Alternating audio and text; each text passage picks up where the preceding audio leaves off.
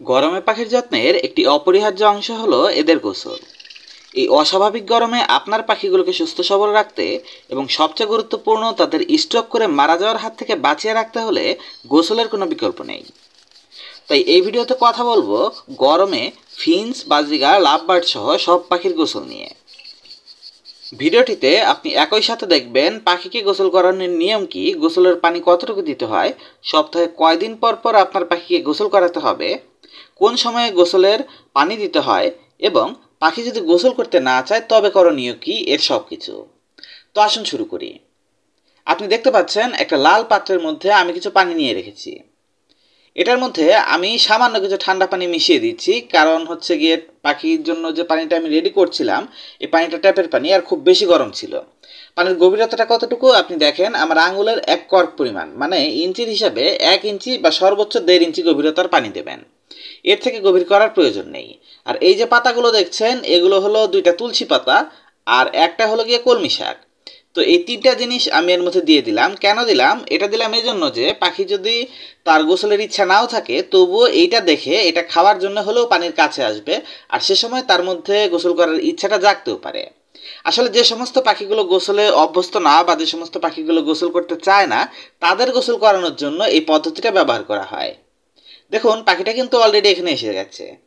সে কিন্তু গোসলের আগে এই পাতাগুলো দেখার বা পাতাগুলোর মধ্যে কি আছে এটার ইন্টারেস্ট নিয়ে প্রথমেই শুরুতেই এসেছে এখানে।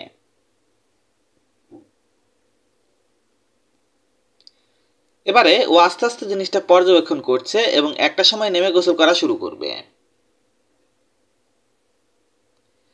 এখন কথা হলো আসলে ওদের গোসল করানোর নিয়ম কি। আসলে আপনার বাজরিগার, ফিঞ্চ বা লাভবার্ড বা এই জাতীয় পাখি যেগুলো আছে এগুলোকে গোসলের জন্য মোটামুটি ফ্ল্যাট সাইজের একটা পাত্র দেবেন। আমি কিন্তু এর আগে আপনাদের দেখিয়েছি কাপের মধ্যে পাখি গোসল করছে, কিন্তু তাতে ওদের বিভিন্ন সমস্যা হয়। এক্ষেত্রে সবচেয়ে ভালো হলো এরকম একটা ছড়ানো পাত্র দেয়া, যেটার মধ্যে পাখিটা নেমে একটু আরাম আয়েশ করে পাখা টাকা ঝাঁকিয়ে গোসল করতে পারে। দেখুন ও কিন্তু পুরো ডুব পেরে পেরে গোসল করছে, শুধু যে পাখা ঝাঁকাচ্ছে তাই নয়, পুরো ডুব দিচ্ছে। তো আমি যে ক্যামেরাটা রেখেছিলাম ক্যামেরাটাও ভিজিয়ে ফেলেছিল, এত পরিমাণে পানি ছেটাচ্ছিল ও আসলে। তো এরকম ভাবে পাখিগুলো আসলে গোসল করে। এক্ষেত্রে আপনাকে যেটা করতে হবে, প্রতিদিন অথবা সপ্তাহে 1 দিন পর পর আপনার পাখিকে পানি দিতে হবে গোসলের জন্য। এখন কথা হলো কোন টাইমটাতে আসলে পাখিকে গোসলের জন্য পানি দেবেন। এটার বেস্ট টাইম হচ্ছে দুপুর 12টা থেকে শুরু করে 4টার মধ্যে। আপনি 4টার পর দেবেন না, এরপর দিলে সমস্যার চান্স থাকে। যদিও এই গরমে সমস্যা নেই, কিন্তু তাও আপনি দুপুর 12টা থেকে শুরু করে বিকাল 4টার মধ্যে আপনি পাখিকে এই পানিটা দেবেন। এ সময় পানি দিলে পাখি কিন্তু খুব সহজেই পানিতে নেমে গোসলটা করে নেবে। এখন কথা হলো অনেকেই প্রশ্ন করেন সপ্তাহে আসলে ওদেরকে কয়দিন গোসলের পানি দিতে হয় বা এই পাখিগুলোকে কয়দিন গোসল করাতে হয়। এটা একটা কমন প্রশ্ন, কারণ অনেকে মনে করে প্রতিদিন গোসল করানো ভালো, আবার কেউ কেউ বলে যে না সপ্তাহে 2-3 দিন গোসল করালেই চলে। তো আমি যেটা ফলো করি বা আমার কাছে যেটাকে ভালো মনে হয় আমি সেটা আপনাদের বলছি। আসলে ফিঞ্চ, বাজরিগার বা লাভবার্ড জাতীয় পাখিগুলো এই অস্বাভাবিক গরমের মধ্যে প্রতিদিনই গোসল করে বা প্রতিদিন গোসলের পানি দিলে এটাই ওদের জন্য সবচেয়ে ভালো। কিন্তু ধরুন শীতের সময়টা যখন টেম্পারেচার কম থাকে বা অতিরিক্ত ঠান্ডা যখন পড়ে, অথবা ধরুন বর্ষাকালের সময়টা যখন এমনি আবহাওয়ার তাপমাত্রা অনেক কম থাকে, এরকম সময়ে আপনি সপ্তাহে 1 দিন পর পর ওদেরকে গোসলের পানি দিলেই চলবে। আপনার যে প্রতিদিন দিতে হবে তা নয়, তবে এই অস্বাভাবিক গরমের মধ্যে প্রতিদিন দেবেন। আশা করি আপনি প্রশ্নের উত্তরগুলো পেয়েছেন। এবার আমি সর্বশেষ প্রশ্নটি নিয়ে কথা বলছি।